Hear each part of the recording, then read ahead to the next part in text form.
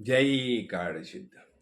देखिए क्या होता है, महापुरुष जब भी तीर्थ यात्रा के लिए जाती है, मैं भी मेरे गुरुजी के साथ काशी, वाराणसी, नेपाल तक गया था।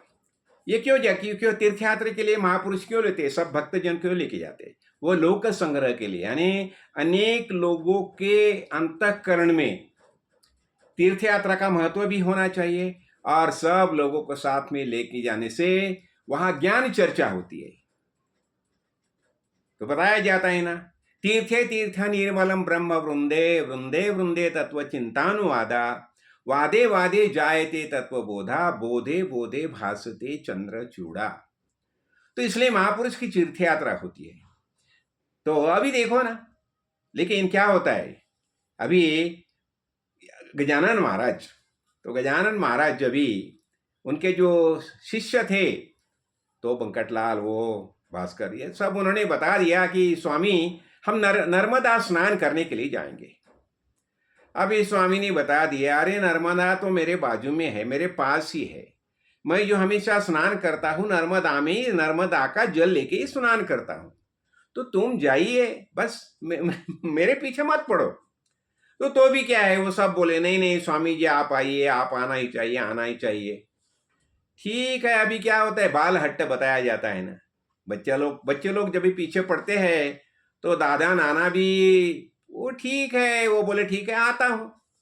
और फिर गजानन महाराज उनके साथ वो तीर्थ यात्रा के लिए, यानी नर्मदा स्नान के लिए चले गए। नर्मदा स्नान को तो बहुत महत्व दिया जाता है ना। हाँ, नर्मदा परिक्रमा भी की जाती है, स्नान को भी महत्व दिया जाता है, ओंकारेश्वर है वहां। तो देखो क्या हो गया, गजानन महाराज उनके शिष्य के साथ चले गए और वो नौका में बैठ गए। नौका तो चल रही है, और ये नर्मदा स्नान भी सब ये हो गया, बातें हो गई, नौका चल रही है। लेकिन क्या हो गया, वो नौका को एक होल गिर गया, यानी बड़ा ऐसा, और अंदर पानी आने लगा, पानी आने लगा, और ऐसा हो गया कि अभी नौका डूब जाएगी। और इसी अवस्था में क्या हो गया, वहां एक महिला आ गई, सुहासिनी महिला आ गई। उसकी सारी बीरी सब पानी पानी से गीली हो गई थी। और उसने क्या किया, वो नौका उसने आके बराबर किनारे पर लाई, और सबने उसे प्रणाम किया। और वो जो औरत थी, महिला थी, उसने गजानन महाराज को प्रणाम किया और प्रणाम किया, और सबने पूछा कि आप कौन है, कौन है? तो उसने बता दिया कि मैं ओंकार कोली जो है ना, ओंकार कोली, उसकी मैं बेटी हूं, और मेरा नाम नर्मदा है। तो उन्होंने ये बताने लगे, नहीं नहीं हम तुम्हें अच्छी साड़ी देते हैं, अब ये सब गीली साड़ी है। बोलते नहीं, मेरी साड़ी तो हमेशा गीली ही रहती है। क्यों? वो कौन है? नर्मदा है, नर्मदा तो जल में ही रहती है ना। देखो कैसा होता है। तो ऐसा चमत्कार बताया जाता है। देखो यहाँ यहाँ मैं एक बात बताना चाहता हूँ, जब ये महापुरुष कुछ बातें बताते हैं ना हमें, तो उनके ऊपर जबरदस्ती नहीं करनी चाहिए। मैंने भी देखा मेरे गुरुजी के बारे में, कभी कभी कोई बोलते नहीं महाराज हम वहां जाएंगे, महाराज हम वहां जाएंगे। वो बताते हैं भाई तुम्हें जहां जाना है वहां जाओ, लेकिन मैं आने वाला नहीं। क्या होता है, तो भी हम जबरदस्ती करते हैं। तो गजानन महाराज को ऐसा ही देखो ना, उनसे ट्रेन से लेके जाते थे, फिर उन्होंने क्या किया, जबरदस्ती, वो तो नंगे रहते थे, जबरदस्ती उसके ट्रेन के कंपार्टमेंट में बिठा दिया। हाँ, वो उतर गए, वैसा वैसे ही बैठे वो। फिर वो टीसी आ गया, सब कुछ हो गया, बाद में सबको पता चला कि ये महापुरुष है, ज्ञानी महात्मा है। हाँ, लेकिन यहाँ मैं क्या बताना चाहता हूँ, महापुरुष उनकी उनकी एक अपनी अपनी एक स्थिति रहती है, और वही स्थिति में वह रहना पसंद करते हैं।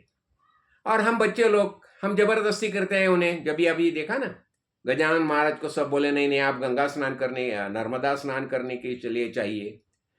तो उन्होंने तो बता दिया, अरे नर्मदा तो मेरे साथ ही रहती है हमेशा, वो मैं उससे अलग कहा है। तो इसलिए देखो ये सब तीर्थ तीर्थ जो आते हैं ना, ये सामान्य जन के लिए तीर्थ होते हैं। और इतना ही नहीं, और जब भी महापुरुष तीर्थ यात्रा के लिए चले जाते हैं अपने शिष्य लोगों को लेके, देखो हमें जब लेके गए थे, हमें काशी वाराणसी, तो वाराणसी भी अपना जो है वहाँ तीर्थ क्षेत्र है, वहाँ हमने सबने गुरु जी के साथ हमने स्नान किया गंगा नदी में। फिर हम नेपाल में जब भी गए तो नेपाल में पशुपति मंदिर, वहाँ हम दर्शन लेने के बाद उसके पीछे जो नदी है वो नदी में भी हमने स्नान किया।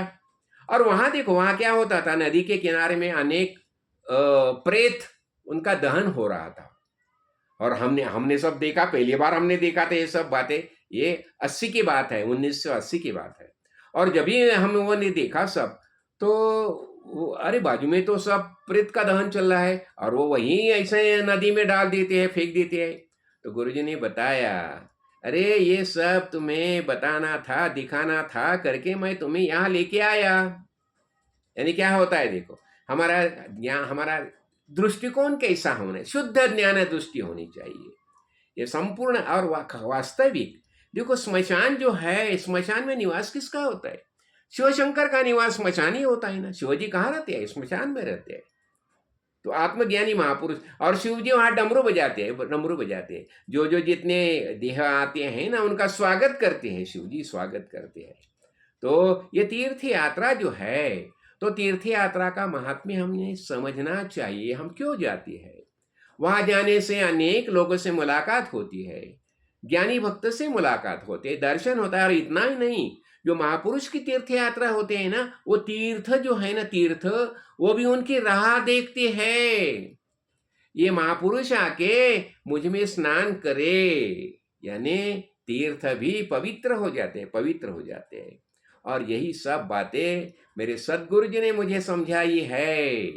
काशी वाराणसी, वो वहाँ सब जगह, वो ये है ना त्रिवेणी संगम जो है, वहाँ भी हमने गुरु जी के साथ स्नान किया है। तो ऐसा मद्भाग्य सबको प्राप्त होना चाहिए। यानी हमें ये वास्तविक ज्ञान दृष्टि से ये बातें देखनी चाहिए।